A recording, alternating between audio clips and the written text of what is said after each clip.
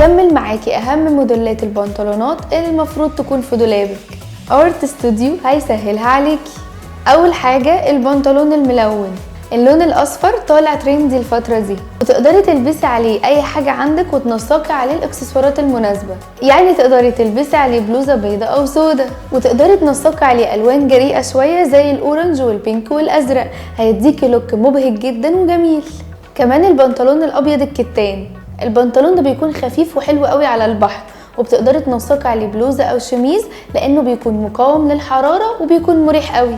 وممكن تلبسي عليه هيلز وبلوزة قصيرة وعليهم كارديجان، بيكون مناسب جدا لخروجاتك بالليل. واخر حاجة معانا البنطلون المنقوش، البنطلون ده بيبقى قادر يثبت جمال اي اوتفيت، وبتقدري تنسقيه على اي حاجة بسهولة جدا، وبتقدري تنسقي عليه بلوزة ابيض او اسود او اي لون من البنطلون، وهيديكي لوك مختلف ومميز، وهيكون مناسب معاه هيلز او سنيكرز.